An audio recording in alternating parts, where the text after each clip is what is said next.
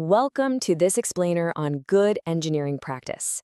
Now, if you work in Pharma, you already know the ultimate tension we deal with every day, keeping drugs perfectly safe for patients while keeping manufacturing efficient and profitable. Let's dive in and explore how good engineering practice, or GEP, is the exact framework that makes that balancing act possible. To understand why this matters so much, let's look back to 2006. In that year alone, the pharmaceutical industry wasted a staggering $50 billion due to inefficient manufacturing. $50 billion. That is a massive financial drain that instantly established a desperate need for better operational practices. You see, GEP isn't just a compliance checklist to keep regulators happy, it's the structural antidote to all that waste. By implementing structured engineering practices, we save time, heavily reduce deviations, and drive up production efficiency, which ultimately makes the end product much more reliable for the patient. Here is how we're going to break things down today. First, the foundation of pharma. Second, managing risk and cost. Third, commissioning and quality control. And fourth, the future of GEP. All right, let's jump right into Section 1, the foundation of pharma, building for success. So, what is GEP anyway? Well, it essentially bridges the gap between following strict regulatory rules and actually running a profitable, cutting-edge business. It's the gold standard for how our facilities are designed, built, operated, and maintained. And we're talking about the physical reality here. Things like standardizing pipe materials so bacteria literally can't grow, or perfectly calibrating cleanroom HVAC systems to aggressively control airborne particles from day one. The ISPE guide really hits the nail on the head with this quote: "Good engineering practice is good business practice."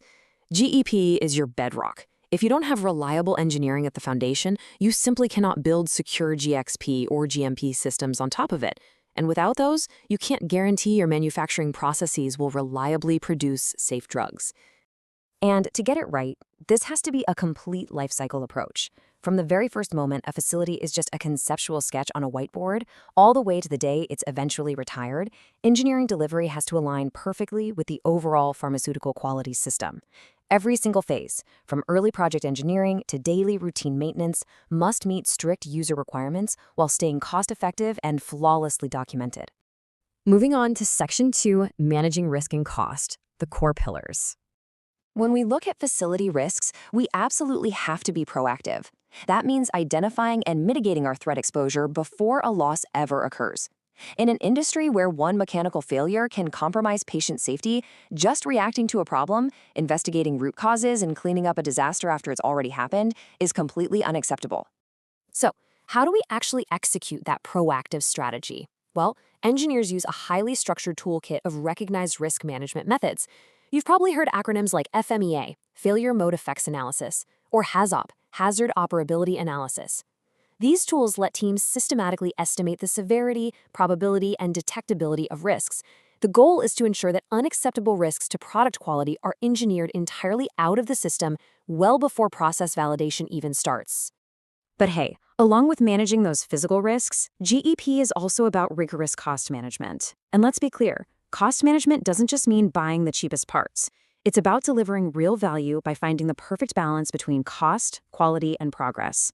Assessing every single engineering activity this way is exactly how we start clawing back that $50 billion in industry waste without ever sacrificing a drop of safety or quality.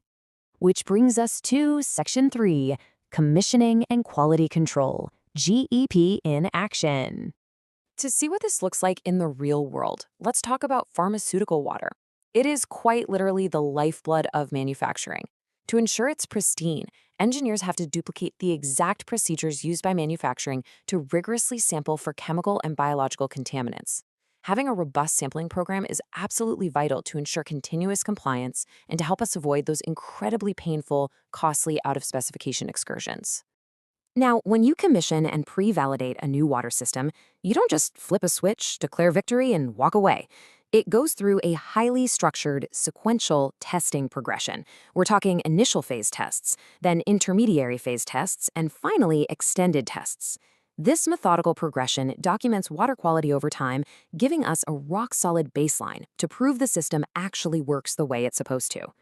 We literally have to push these systems to their breaking points for performance qualification.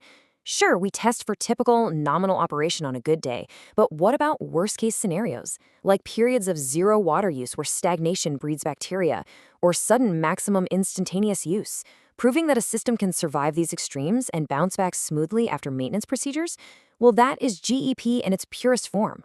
Now let's look ahead to Section 4, the future of GEP, Navigating 2025. As we head into 2025, automation is stepping in as an absolute game changer for compliance. The focus is shifting heavily toward automation integration to drive unbeatable consistency, crush human error, and massively enhance data integrity. Automated systems can maintain a stranglehold on critical process parameters, solving huge electronic data integrity challenges that manual, human-driven processes just simply can't handle anymore.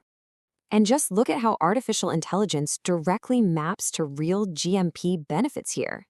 AI applied to predictive maintenance means way less downtime and highly reliable equipment. In quality control, it gives us pinpoint accurate defect detection. Basically, advanced data analysis is rapidly becoming our new foundational standard for guaranteed, compliant operational reliability. But it doesn't stop with robots and data. The future of GEP is deeply tied to sustainability. Environmental considerations are simply no longer optional. Future engineering designs have to balance that strict patient safety with crucial ecological goals. We're talking optimizing energy efficiency and massive clean rooms, heavily reducing pharmaceutical waste, integrating green chemistry, and rolling out sustainable packaging. Going forward, good engineering essentially means green engineering.